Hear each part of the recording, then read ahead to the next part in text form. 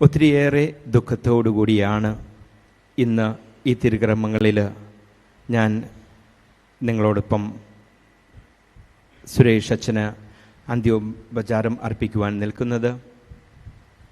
കാരണം സുരേഷ് അച്ഛനെ ഞാൻ അറിഞ്ഞിട്ട് വെറും 2 വർഷം മാത്രമേ ആയിട്ടുള്ളൂ. കാരണം 2 വർഷം മുൻപാണ് ഇറ്റാനഗർ രൂപതയിലെ 2ാമത്തെ മെത്രാനായി ഞാൻ സ്ഥാനമേൽക്കുന്നത്.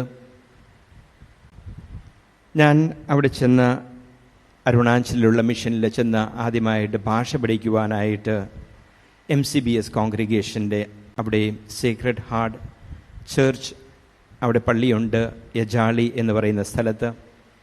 അവിടെ വെച്ചാണ് ആദ്യമായിട്ട് സുരേഷ് അച്ഛനെ കാണുന്നത്. ഒത്തിരി സ്നേഹത്തോടും വാത്സല്യത്തോടും കൂടി ഇടപഴകിയ ഒരു വൈദികനായിരുന്നു സുരേഷ് അച്ഛൻ. ഇന്ന് ചെറിയ ഒപ്പീസ് ചൊല്ലിക്കഴിഞ്ഞതിന് ശേഷം ഞാൻ പറഞ്ഞല്ലോ, ഒരു സെൻറ്റൻസ് മാത്രം അച്ഛനെക്കുറിച്ച്. അച്ഛൻ ഒരു വിശുദ്ധനായ വൈദികനായിരുന്നു. ഈ വിശുദ്ധനായ വൈദികൻ നല്ലവനായ പിതാവിൻ്റെ അടുക്കിലേക്ക് പിതാവിൻ്റെ ആ സമ്മാനം വാങ്ങുവാനായിട്ട് തിരിച്ചു പോയിരിക്കുകയാണ്. ഇന്ന് നമുക്ക് സ്വർഗത്തിൽ ഒരു പ്രതിനിധി കൂടിയുണ്ട്. നമുക്ക് വേണ്ടി പ്രാർത്ഥിക്കുവാനായിട്ട് നമുക്ക് വേണ്ടുന്ന എല്ലാ അനുഗ്രഹങ്ങളും നല്ലവനായ പിതാവിനോട് ചോദിച്ചു വാങ്ങിച്ച് നമുക്ക് തരുവാനായിട്ട് ഒരു പ്രതിനിധി നമുക്ക് ഇന്ന് സ്വർഗത്തിലുണ്ട് എന്ന പൂർണ്ണമായ ബോധ്യം ഇവിടെ കൂടിയിരിക്കുന്ന ഓരോ വ്യക്തിയിലും അത് വേണ്ടിയിരിക്കുന്നു. 50 ദിവസം മുൻപ് ഞാൻ മെങ്കിയോയിലുള്ള കോർപ്പസ് ക്രിസ്തി ഇടവകയിൽ അച്ഛനെ ആ ഇടവകയുടെ ചുമതല ഏൽപ്പിക്കുന്ന സമയത്ത് ഞാൻ അച്ഛനോട് പറഞ്ഞു, അച്ഛാ, ഇത് വലിയൊരു ഇടവകയാണ്.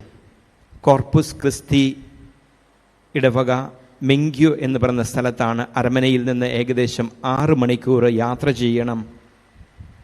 അവിടെ ചെന്നതിന് ശേഷം 22ഓളം ചെറിയ ഗ്രാമങ്ങളിൽ പള്ളികളുണ്ട്. അപ്പം അച്ഛൻ എന്നോട് പറഞ്ഞു, പിതാവേ, നമുക്ക് ഒത്തിരി ഏറെ കാര്യങ്ങൾ ചെയ്തു തീർക്കുവാനുണ്ട്.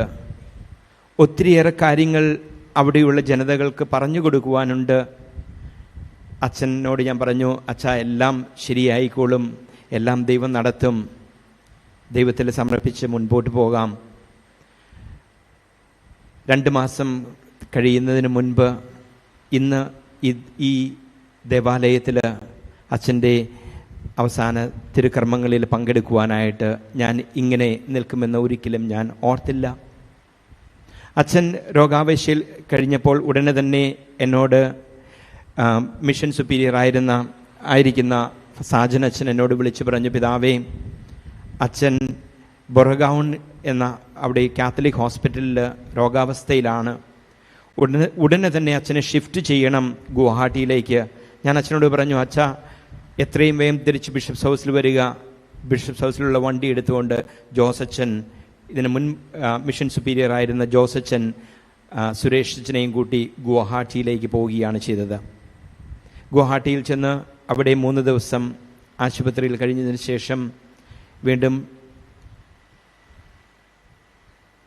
ഡൽഹിയിലുള്ള അപ്പോളോ ഹോസ്പിറ്റലിലേക്ക് അച്ഛനെ കൊണ്ടുപോയി. എല്ലാ ദിവസവും 2-3 തവണയെങ്കിലും ഞാൻ അച്ഛന്മാരുമായിട്ട് ബന്ധപ്പെട്ടുകൊണ്ടിരുന്നു. അച്ഛന് വേണ്ടി ഞങ്ങളുടെ രൂപതയിലുള്ള എല്ലാ അച്ഛന്മാരോടും പ്രാർത്ഥിക്കുവാനും, അച്ഛന്മാരോടും സിസ്റ്റേഴ്സിനോടും അൽമേയരോടും പ്രാർത്ഥിക്കുവാനായിട്ട്, അച്ഛന് വേണ്ടി പ്രാർത്ഥിക്കുവാനായിട്ട് ഞാൻ ആവശ്യപ്പെട്ടു. ഞങ്ങൾ പ്രാർത്ഥിച്ചു. പക്ഷേ ദൈവത്തിൻ്റെ ഹിതം ഇതായിരുന്നു. 33 വർഷം ഈ ലോകത്തിൽ ജീവിച്ച് ആ മകൻ തിരിച്ച് സ്വർഗീയ പിതാവിൻ്റെ അടുക്കിലേക്ക് പോകണമെന്നുള്ളത് സ്വർഗീയ പിതാവിൻ്റെ ആഗ്രഹമായിരുന്നു. മകൻ തിരിച്ചുപോയി. ഇന്ന് നാം ഇവിടെ കൂടിയിരിക്കുന്നത് സുരേഷച്ചനോട് അന്ത്യമൊഴി പറയുവാണ്. സുരേഷച്ച, ഞങ്ങൾ അച്ഛനെ ഓർത്ത് പ്രാർത്ഥിക്കുന്നു.